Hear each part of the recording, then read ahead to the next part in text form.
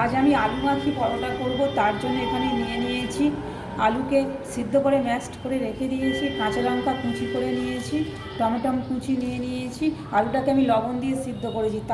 এবার পুরটাকে রেডি করার জন্য আর লবণ লাগবে না। এবার আমি কড়া বসিয়ে দিয়েছি, কড়ার মধ্যে আমি সর্ষের তেল দিয়ে দেব। সর্ষের তেল দিয়ে দিলাম, সর্ষের তেলটা গরম হয়ে এসেছে। এবার আমি এর মধ্যে টমেটো আর কাঁচা লঙ্কাটা দিয়ে দেবো। টমেটোর কাঁচা লঙ্কাটা আমি এর মধ্যে দিয়ে দিলাম।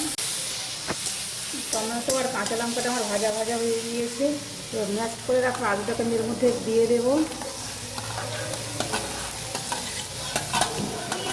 এই পরোটাটা খেতে খুব ভালো লাগে, বিশেষ করে বাচ্চাদের তো আরও ভালো লাগবে।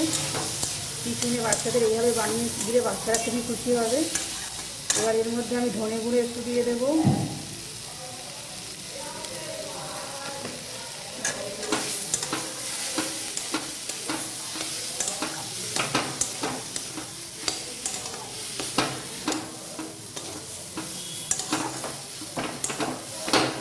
পুরটা আমার রেডি হয়ে গিয়েছে। এবার আমি পরোটার ব্যাটারটা রেডি করে নেব।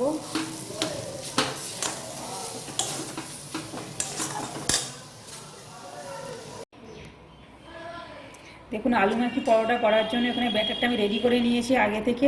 এটা ময়দা, লবণ, সামান্য একটু লবণ, ময়দার অল্প অল্প করে জল দিয়ে ব্যাটারটাকে আমি রেডি করে রেখে 20 মিনিট ঢাকা দিয়ে রেখে দিয়েছিলাম। তারপর আমি দেখাবো কীভাবে পরোটাটা বানাবো আমি। দেখুন, এতটা এরকম পাতলা করতে হবে, বেশি ঘন করা যাবে না আর বেশি পাতলা করাও যাবে না। দেখুন কীরকম করে নিয়েছি আমি, আপনারা এইভাবে করবেন। এখানে আমি গ্যাস অন করে একটা চাটু বসিয়ে দিয়েছি।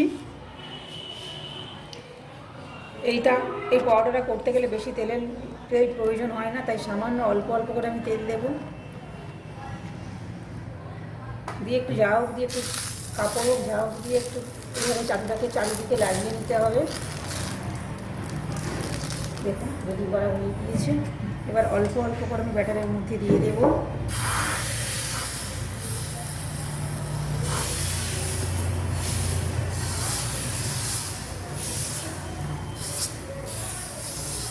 এইভাবে ঘুরিয়ে নেব। দেখুন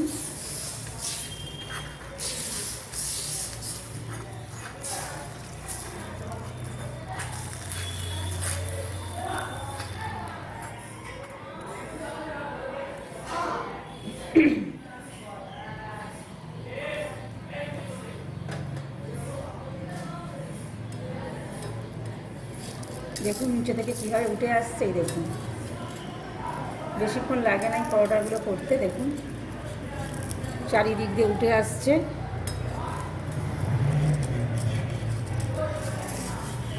এবার যে পুরটা আমি রেডি করে রেখেছি, পুরটাকে মাঝখানে আমি দিয়ে দেব।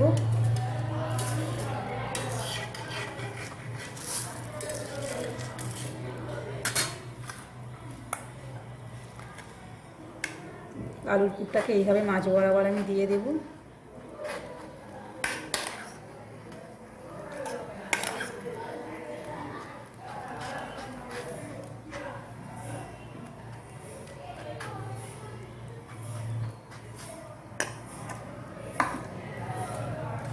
দিয়ে আমি এইভাবে ফোল্ড করে নেব।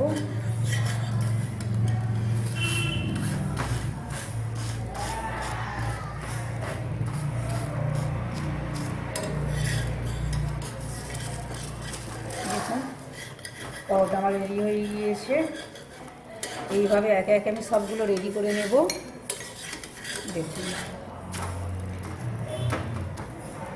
এবার একটি জায়গার মধ্যে আমি তুলে নেব। এইভাবে সবগুলোকে বানিয়ে নিয়ে রেডি হয়ে গেল। পরপর আমি সবগুলো রেডি করে নাড়া করে বলবেন, বেশিক্ষণ হবে না। দেখুন একে একে আমি সব পরোটাগুলো রেডি করে নেব।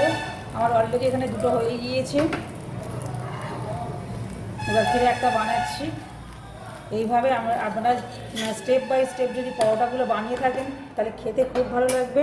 বিশেষ করে বাচ্চাদের তো এই পরোটাটা থাকলে আর কিছুই, বাচ্চা থেকে বড় সবারই ভালো লাগবে এই পরোটাটা, যদিও কিন্তু এর সঙ্গে আর অন্য কিছু লাগবে না। যদি এইভাবে পরোটাটা বানান আপনারা, অন্য কিছু লাগবে না।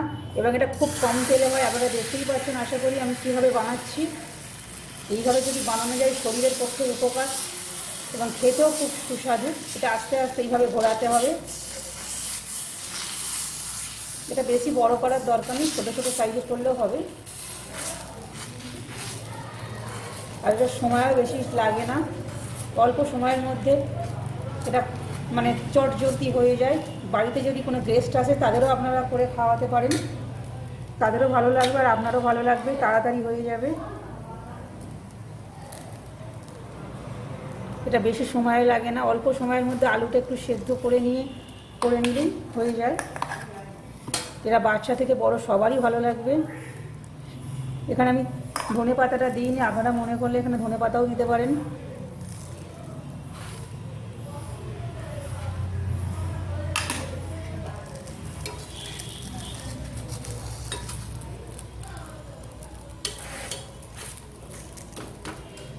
এটা খুব তাড়াতাড়ি হয় পরোটাটা, বেশি সময় লাগে না। দেখুন এরকম খেতেও খুব সুস্বাদু এটা পরোটাটা হয়ে গিয়েছে। একে একে আমি সবগুলো বানিয়ে নেব এইভাবে। দেখুন আমার সব পরোটাগুলো রেডি হয়ে গিয়েছে, এখানে রেডি করে নিয়েছি। একে একে সব পরোটাগুলো আমি রেডি করে নিয়েছি। আপনারা এইভাবে করবেন, আশা করছি আপনাদের ভালো লাগবে।